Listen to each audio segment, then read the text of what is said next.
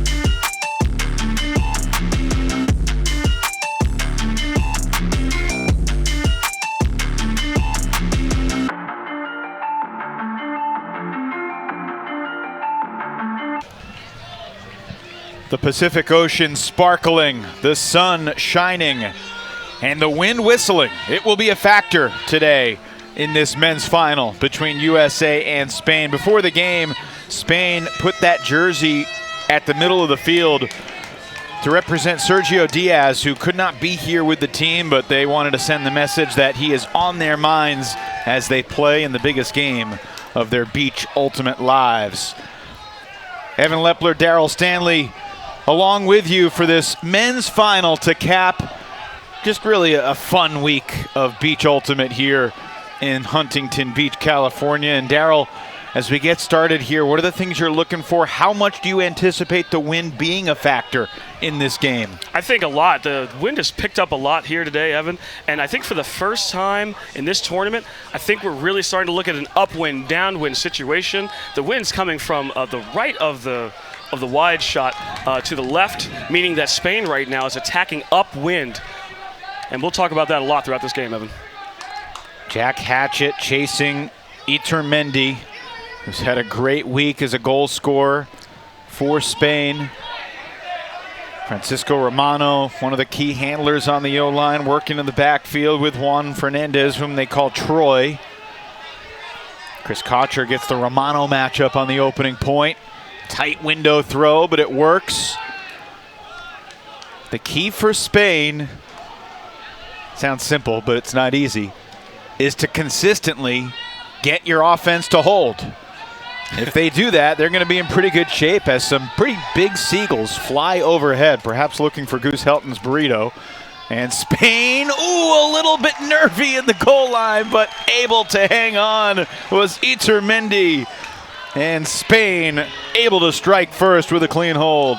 Really patient start here from the Spanish, just taking some of these unders and working the field very well. 3 wide spacing. I love seeing the cutters hugging the rails here and leaving that middle open for one cutter or a handler to streak up line. And Daryl, we've talked a lot about the style that Spain plays, as Iturmendi nearly had a hiccup on the catch. What stands out to you most about their style? And how do you expect USA to try to counter that style? I've seen a lot of throws right to where people are. You know, a lot of teams and a lot of people playing beach ultimate will tend to lead their receivers out into space. They'll tend to, take advantage of the fact that, like, once you get a step, you can keep that step. Spain doesn't really seem to, we get a dropped pull from Mario O'Brien. My goodness. A veteran. No one with more experience than him on Team USA. USA O-line immediately on the verge of surrendering the game's first break. It'll be Spain's Diego Lorenzo picking up the disc, and 2 throws later, it's Ricardo Fugarino in the end zone. 2-0 España. What a turn of events. Spain excited to get that break. That's huge. I mean, when you talk about scoring upwind, oftentimes these things can come into pairs here. So we can see Mario trying to feel this pull, perhaps the sun in his eyes. Stunner. How many pulls has he caught in his life, do you think? Tens of thousands? I'll say it's in the thousands, probably, right? Low thousands is my guess. And yeah, I'm sure he can count only on one hand the amount of times that he's dropped something. It's going to put U.S. down in a hole, but they've seen this before, Evan, right? The U.S. have been in a hole in a couple of games that we've streamed. A lot of early times they've gotten broken in their O-line, putting a lot of pressure on that defense to try to make a comeback. Miguel Jimenez to Ricardo Fugarino. And just like in the semis, USA down 2-0. Feels like before the game even starts. Yeah, it was a first pass turnover in the semifinal, and now we've got another, not even a pass yet, Evan. First catch opportunity doesn't go quite right for the U.S. As a coach, how do you handle a drop pull? Well, I try to show a stoic face. I don't want my players to feel as though that there's any lack of confidence in them. Mario has been a fantastic player for Team USA, and I want to make sure that everybody knows that. Rowan's wide open deep as a couple defenders helped out on Boxley, and McDonald in the end zone as USA with a much smoother possession right there. the U.S. is now going to be pulling, and Spain going downwind here, right? These breaks or the scores can often come in pairs in a strong upwind downwind game, meaning if you can get a goal going in the upwind direction, all of a sudden you can usually come back and get that downwinder. And so in an upwind downwind game, you could see a deficit there of 2 points difference. But if you can get that first upwind, if the U.S. can get an upwind break, if Spain can get this downwind hold, you'll see that usually that lead stay at 2 until somebody can make that upwind score.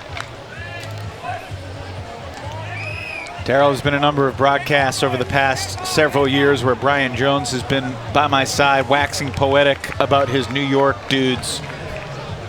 What can you say about what we've seen from DC Ultimate over the past couple weeks and really the past couple years? Definitely an ascendancy. They're sprinkled all over this U.S. beach national team roster. It's been really nice to see them get that success on the international stage that they've started to achieve on the club stage. Fernandez throws it away. One of those DC guys, Merriman, with the interception, and then Calvin Brown did not survey the field behind him, and he threw it right into the defender as he saw Merriman streaking deep. Really good pathing by Iturmendi to... Oh, incredible layout grab to maintain possession by Monterde. And somehow Spain leads 3-1 after all that wackiness. You need these kinds of clutch plays from your superstars. Spain coming out. Iturmendi with a critical block. And of course, he also gets the goal for the bookends, Evan. Pretty common occurrence for Iturmendi. So it's a bit weird. So I'm going to just play another point and see how we feel. But I doubt that I'm going into Antoine Davis chatting with Iturmendi about how that last point transpired. I mean, it was an easy interception for Merriman, and he took off. He had steps, but Brown just didn't use his peripheral vision to see what was around him in the transition sequence. Yeah, I think if I've got full vision of that, you saw Jonathan Nethercutt in the back of your shot. I wonder if he was able to signal to Calvin, hey, look out, this space, something like that. But, that'll be something they'll look to improve as this game continues. A missed opportunity for the U.S. to get that upwind goal, Evan. Mario O'Brien gonna let this pull drop, and he's gonna let Johnny Malks pick up. The next pull catch is tricky after you have dropped one, and Malks shooting deep. Boxley versus Lorenzo, and Boxley boxing out, using the right hand while losing the sunglasses to pull it in. Masterful box out by Christian. And O'Brien with a low laser, but Rowan runs it down to bring the U.S. back within one. We talked about, as a coach, trying to make sure you project confidence. Nothing else says confidence like asking for a huck right here from Johnny Malks. Christian Boxley, I don't know that he was open, Evan, initially. That's a tough throw. It's not clear that he needs to be open to come down with the disc. Agreed. You can see him tracking the Frisbee and shielding off Lorenzo there. And he's able to get that goal or get that catch and be very patient. Mario with a huge break across to find Rowan, who continues his bracket goal-scoring bonanza. It was a split second where I thought that Mario throw might be too low or too fast and sail out of Rowan's reach, but as we have seen consistently, Rowan McDonald with the wheels to get where he needs to be to make the play. Wind could have easily pushed that, Evan. You're spot on. That's that direction that the wind is generally going. So, Mario maybe got a little bit lucky that the wind didn't shift in that moment. Romano brings the pull in, quickly gets it back from Fernandez. Rafi Hayes on Monterde. Key matchup here. And regardless of the result of this game, Daryl, it has been a remarkable week for Spain Ultimate. At a World Championship event, Spain had not won a medal of any color before this week. But in every division, they're going to medal. Jack Hatchett with the acceleration to create the break chance here for USA on the deep shot intended for Iturmendi. Downwind shot probably sailing a little bit further than Spain wanted. Here's that opportunity to get that upwind goal that we talked about, that Spain was able to open the game with. Spain delegation already earning bronze in the women's division. They took silver in mixed. They're going for the gold here against USA. Alan Laviolette to Rafi Hayes. And swings it nicely. Hatchet sending it, Daniel Lee in pursuit, he's got it. Rhino to Rhino, stampeding down the field for the upwind break. Spain's still in the driver's seat. They've proven that they were able to score with their O-line going upwind on this first point. I'm not panicking here if I'm Spain. They still have shown, hey, we've got this. We're in the driver's seat here. Let's not let this one bit of momentum change the game. We spent a lot of time talking about the truck stop contingent on O, but you're right. This Rhino D-line with Rafi Hayes, Jack Hatchett, and Daniel Lee bringing the Portland power to Team USA. I love the alliteration there, Evan. That was delightful. Jack Hatchett showing not just a runner or a receiver. He's got that finesse throwing ability as well with a soft touch into the upwind that looked easier than it really was from an execution perspective. And he needs to win gold to match his wife. Claudia Tajima just won a gold medal with the Team USA women's team earlier today. Their collective medal collection at their house is pretty expansive.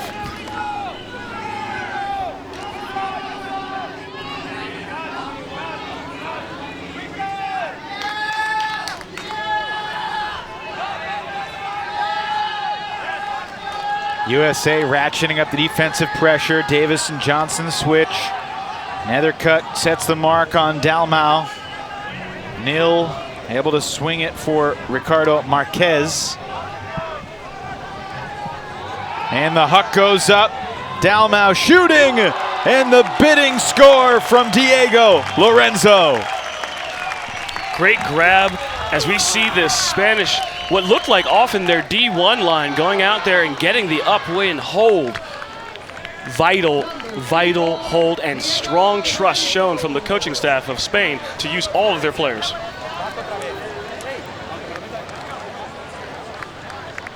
When you get that disc in the middle of the field, everything is available to you as a player, and it's always, in my mind, about just trying to keep the defense that's now trying to guard both sides of the field, keep them guessing, keep the disc moving quickly. You don't have to invite Spain to do that, Evan. They're going to move it to the first player that they see, and eventually something opens up as the U.S. brackets and switches start to break down in the middle of that point. Darryl, it was Thursday morning that USA and Spain met in pool play. USA won the game 13-8. But talking with Brian Jones, the head coach of the American team afterwards, I mean, he felt great about his team because he felt they played virtually a perfect game. And he also said Spain is really good. Like, they are really, really good. And I don't think Brian Jones and Tyler Kinley are at all surprised that Spain is here in the finals to see him again. In that game, Brian has speculated that he saw only 10 or so of the Spanish players throughout that game, showing only 2 of the 3 probable lines. The offensive unit, according to Brian, had only played that final point, and they were able to keep it that close. Shows you the talent. Sending it for a yacht, contested, and on the ricochet, a foul was called. Figueiredo able to get a piece of the disc, but it is an uncontested foul, and Yacht will have it on the goal line. What a lot of people don't always get right here is understanding that there can be multiple catch attempts, and therefore a foul maybe doesn't happen on that first catch attempt, maybe it doesn't happen on the run-up and the setup for the first catch attempt, but on the after Ben, to me, it looked like he dropped it. I think there was a foul on that second attempt. And we're tied 4-all with Boxley adding to his ledger. Ben will be pretty content here to have somehow come down with that, or at least to have gotten a foul call. If that doesn't happen, Evan, I mean, that would have killed some of that momentum that the U.S. got from getting that break. They're continuing to put the pressure on Spain to say, can you continue to hold into the wind?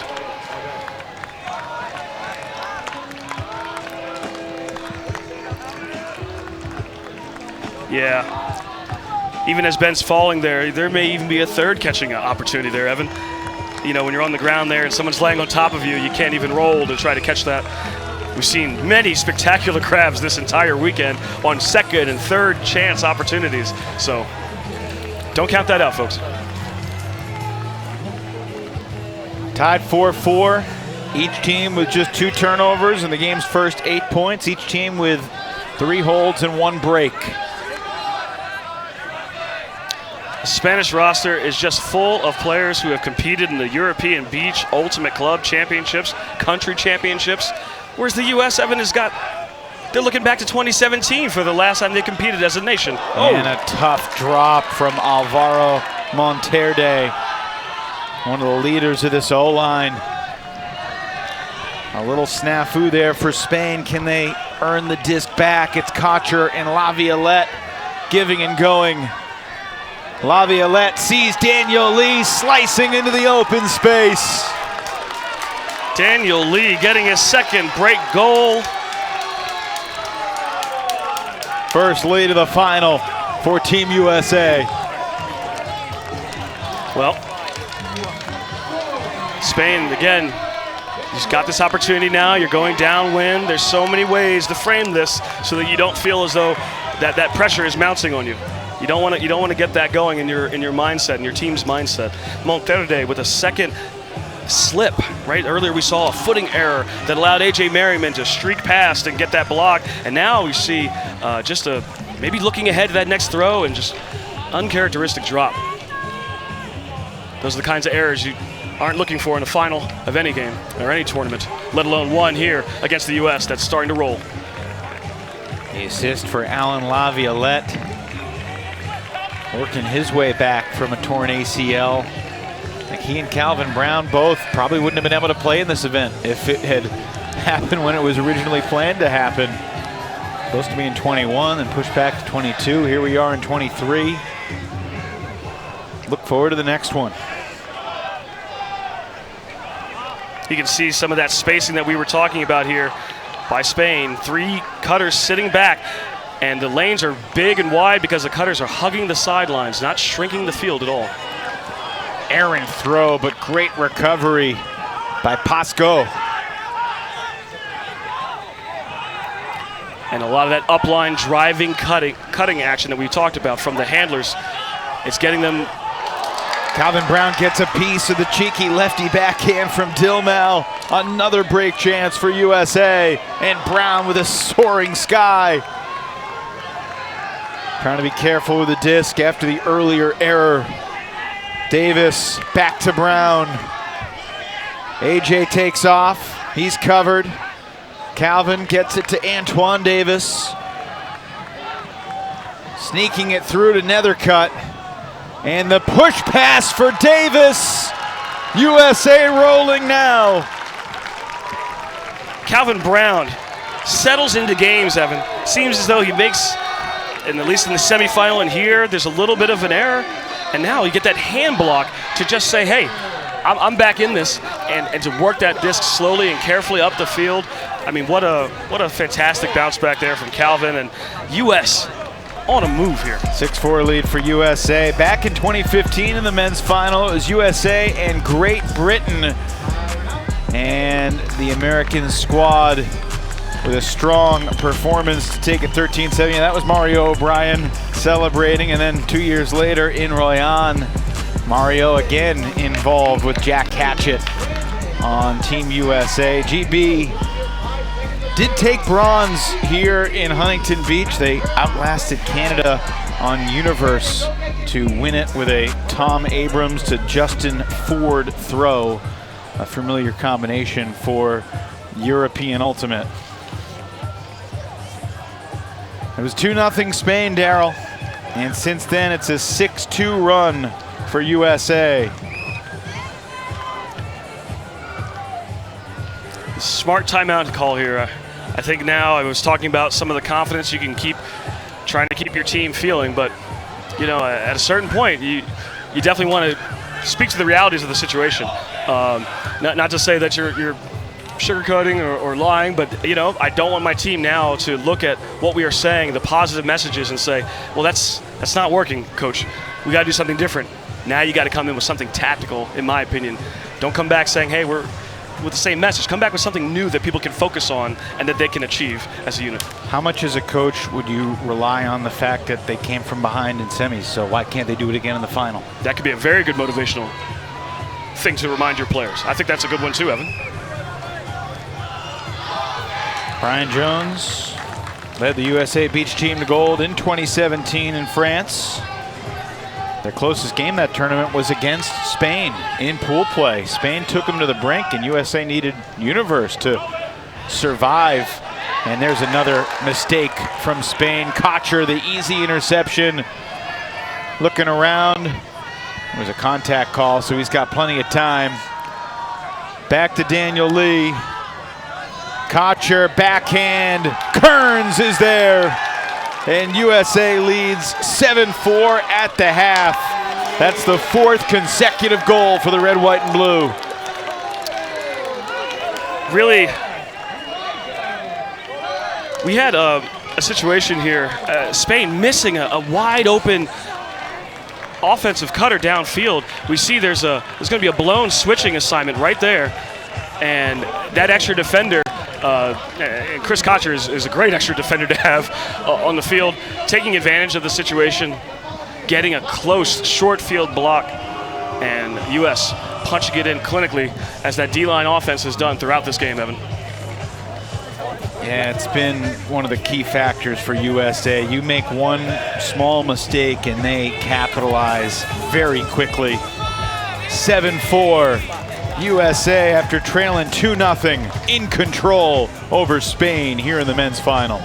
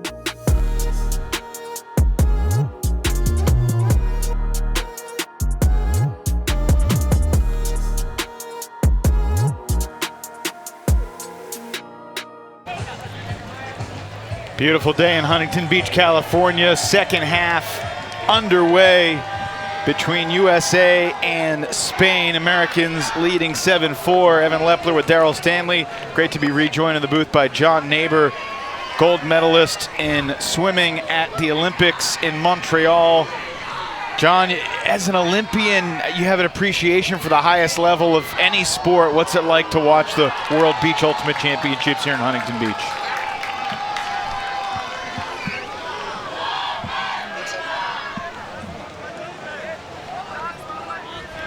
It's an absolute delight, Evan, because obviously I appreciate athleticism, but I'll go watch a football game and I'll feel lucky if I saw a good toss or a good catch every quarter. The score is, 11 times I've seen good tosses and good catches. It's an absolute thrill. It's one of the really fun things about the sport, and an opportunity here for Spain for a break. And again, Daryl, Spain has just not been careful enough with their possession. Yeah, I mean, there was another great opportunity after Mario O'Brien with a second uncharacteristic, unforced error. But Spain giving it right back. Disc back to Rio, now Boxley, Tyler Monroe. 4 members of the reigning USA Ultimate National Champs on this line. McDonald, Monroe, Boxley, and Malks. And the DC dynamicism on display. They're cooking here. I mean, it's wild to see them. That spacing wasn't great, but they know each other's strengths and they can work that into the end zone. So another strong hold from the U.S. 8-4 USA. Wanted to welcome you back to our broadcast booth with the Olympian John Neighbor and the legendary Darryl Stanley as well, Evan Lepler. John, absolutely beautiful day. I mean, Huntington Beach could be a perennial location. I don't know how the world would feel about that, but this has been picture perfect all week long. No question, and it was really interesting to see the wind picked up in some of the earlier matches, and now it's just ideal. And so we're seeing some really great athleticism, and I love to watch the disc move. I know you have broadcast Ultimate. Have you played Ultimate? I have not played Ultimate. I'm not a land mammal. I belong in the water, but I sure do appreciate what I'm seeing today. What is your lasting memory from your athletic career as a gold medalist in the Olympics? You know, people say, what's it feel like to win a gold medal? And I can only imagine it feels like climbing to the summit of Mount Everest. On that day, I'm the tallest guy in the world. Doesn't mean that tomorrow, doesn't mean it the next day, but on that day, you know, right there, here, today, on this day, one country will be deemed the greatest ultimate in the world. Francisco Romano with the score. That snaps the 5-0 U.S. run. John, we'll let you enjoy the rest of the game. Thanks for joining us, and really, this has been awesome. Hey, keep up the great work. You're fun to listen to and make the game better. Thank you so much. Darryl, Spain, I don't know if we should say they're back on track, but this is a small step forward in the race to try to make this second half close and competitive late. Yeah, I agree, but I also don't know that. I'm trying to think through, Evan. I mean, like, I would just do something very drastic here defensively. You're running out of time. You have to do something. Just rip the Band-Aid off. I mean, what are you thinking? What is drastic in your mind? Well, you know, I can see a sideline roller situation so I can get strong pull coverage and challenge these U.S. resets. Maybe force a huck to somebody other than Benyat deep. I mean, this isn't the tallest line out here for the U.S. Little things like that if you had a little bit more time, you could coordinate. But the one thing I've noticed, Evan, is these time between points, the shortened halves. It's really challenging to make substantive tactical changes like that on the fly.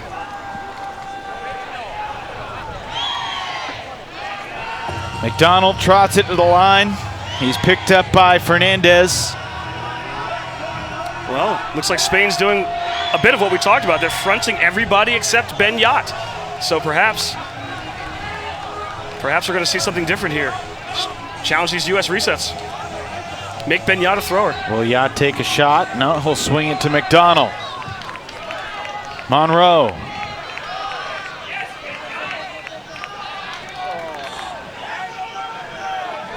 On target for Rowan. And Monroe all alone. Takes his time and finds Christian Boxley without a defender within 10 yards, standing still in the end zone. A little bit of some of that Spanish offense that we've seen, right? It's like the U.S. doing their best interpretation of saying if we can switch the fields up, we trust our runners and some of our cutters, they're going to get open, and eventually you see Tyler Monroe finding a huge pocket of space, Christian Boxley following that up, even though Spain was trying to do switching and trying to work as a team defensively. The patience of the U.S. offense was undenied. You can almost understand it, but it's still mind-boggling to see the Ulti-World Men's Club Player of the Year just standing by himself in the end zone in a gold medal game. There's too many players to cover. It can be very challenging when you look at that U.S. line. Who do we want to make do what? And I thought the Spain came down with a strong plan there. I'd like to see them continue that, to continue to ask Benyat to make all the throws and do your best to keep Rowan or Boxley or Tyler out of the reset space. USA was down 2-0, trailed 4-3, but then a 5-0 run to lead 8-4. One hold side later, it's 9-5. Spain's going to have to look downfield a little bit more, Evan, to keep this U.S. defense honest. They're starting to just really hunt on all these underneath passes as Spain is not looking up and not stretching the field vertically like they were earlier in the game. Number 99, Ricardo Marquez, has just been hanging out near the back of the stack. Now he's taken off and testing Jack Hatchett's catch-up ability. And as we have seen so many times, Jack Hatchett When he baits somebody going deep, there's usually a reason why. You know, big throw up here. Rafi Hayes with a strong catch. Hayes on the doorstep. It's not 10-5 yet, but it feels like it is about to be. And yes, indeed, USA with another break. Spain has played the U.S. before. They've seen Jack Hatchett. They know Jack Hatchett's going to get blocks. They'll have seen the film of U.S. in semifinals and quarterfinals. They may have even sent a scout over from one of the many Spanish teams here as part of one delegation. It is disappointing to me, and I'm sure to their team, to have tested Jack Hatchett in that situation. I wanted them to keep him honest, but Jack Hatchett, there were 4 other matchups on that field that you'd rather go for than Jack Hatchett in a 30-yard sprint to the back of the end zone. Some contact on that throw as well. May have been a foul if it was not caught, but Rafi, when he's in the area, it's usually his. And Laviolette to Lee for the second time this game. It's a 10-3 run since the drop pull led to Spain's opening break. There's a stoppage downfield, contact between Lorenzo and Merriman. Both players pop back up and shake hands.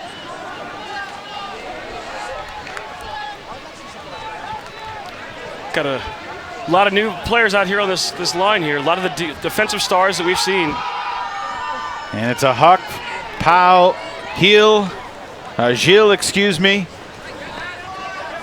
Gilles on the doorstep. Great transition defense from USA to make this last couple throws difficult. Fernandez able to discover Gilles for the score. 5th goal of the week for Pau Gilles, 24-year-old from Barcelona. That help defense that we saw after the Huck is definitely something to commend.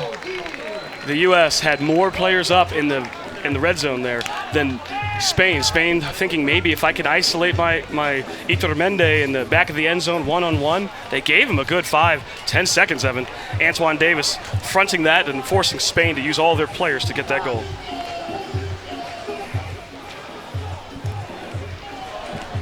So Spain out there on D, trailing 10-6. I asked this honestly here, Daryl, as a coach who's been in a variety of situations, how much belief do you think there is on the Spain side right now that they can put some breaks together and create some suspense?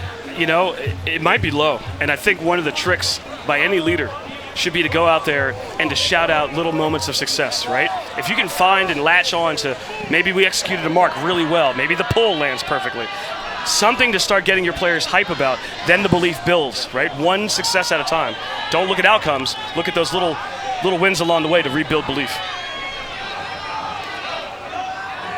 McDonald and Monroe and Malks with Yacht and Boxley.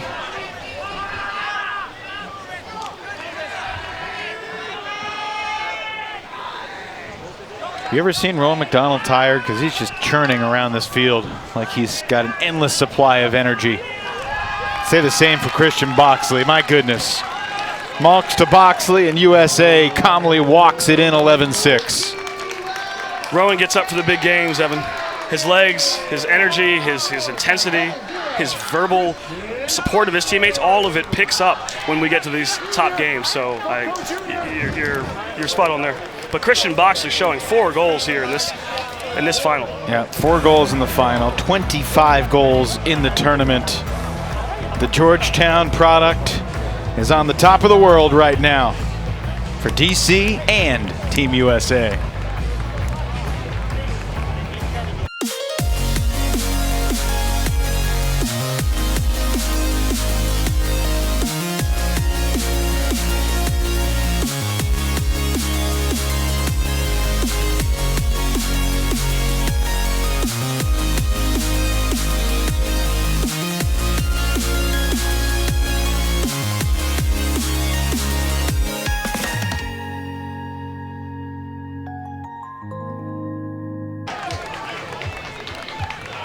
Spain back on offense, receiving the pull, trailing 11-6.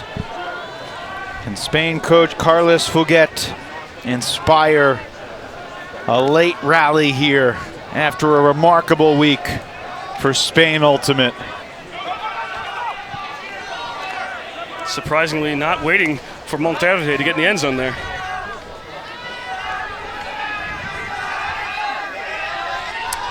That cost about 4 or 5 extra passes so far, Evan. USA red zone defense has been top-notch. Spain almost back near midfield. Tyler Monroe from the sideline was shouting everything you got, and you saw Kocher bid and come close. But after that, Monterde able to connect with Iturmendi. Alvaro to Alvaro, and it's 11-7 with the USA O-line returning to the field. Good to see those two starting to finish plays even against immense pressure. That should give some confidence. That's something right there that I'm starting to point out for my players. Maybe run it back with them, even if it is something you haven't done all tournament. Just play those hot hands. Try to hold on to what's working, Evan.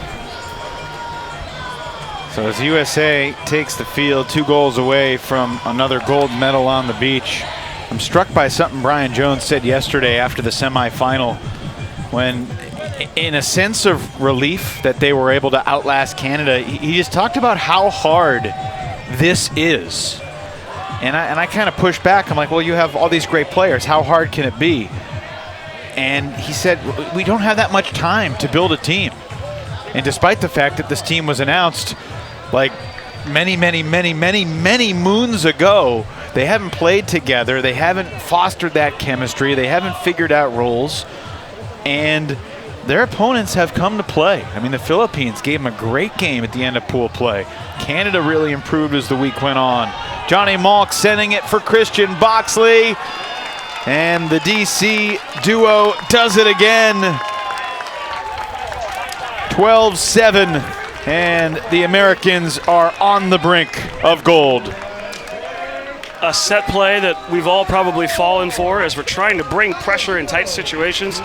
You know, a really good setup here by Christian to just take a little jab, step under, curl deep. Johnny Malks is keyed in on that and floats one downwind beautifully to Christian Boxley. And you think, you know, Christian Boxley wouldn't have been on this team if Jimmy Mickle had stayed healthy at Nationals a couple weeks ago. Jimmy is here. Broken finger kept him out of the quarterfinals where Pony fell. But I mean, you think about, you know, Goose Helton here on the sidelines, contributing as our broadcast partner, but unable to be on the field. What the past year has been like for him, but to still be on the beach, able to support this team. USA could potentially break to win it right here.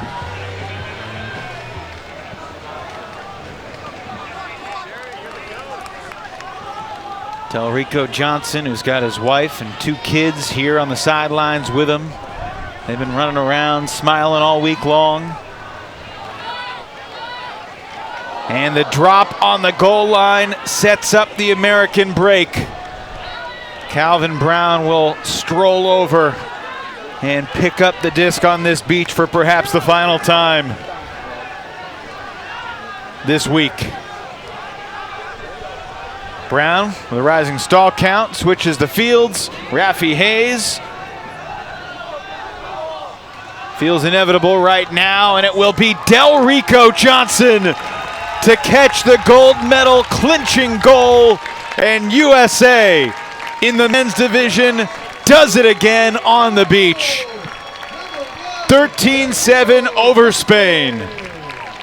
In the end, Evan, this group, this U.S. group with all their depth, definitely showed that they were a very strong side here, beating a team in Spain that is very comfortable here on the beach. But I really think that some of the takeaways for me, Spain, the Spanish program, getting a medal in mixed, getting a medal in women's, getting a medal in open with clear experience, intentionality, chemistry, and just like a play style that's maybe beach first rather than adapted from grass has probably been just the story of the tournament for me. Really, really fantastic work by the Spanish Federation. Rafi Hayes didn't throw that many assists this week. He had 3 in the 11 games USA played before the finals, but he throws the game clincher. The Americans, Darryl, had a couple turns in the first 4 points of the game and only 1 in the final 16 points as they break it open after trailing 4-3. They close on a 10-3 blitz to the finish line to clinch another gold medal. You know, we all feel as though sometimes we're playing these teams, we play champions, or we play the team that ended up being the champion. And, you know, you recognize, like, hey, we were pretty close. Hey, we had a lead on them.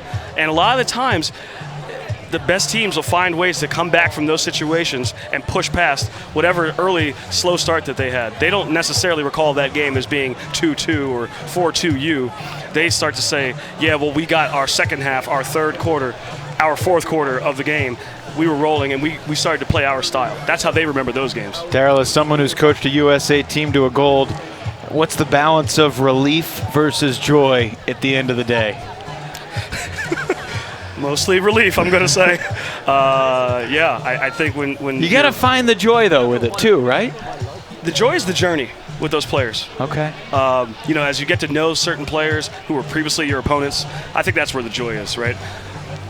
But, yeah, relief is first and foremost on my mind when I was the U.S. coach. USA completes their journey on the beach 12-0, outscoring their opponents 155-82 in the final, 13-7 for the red, white, and blue. We will be back after this.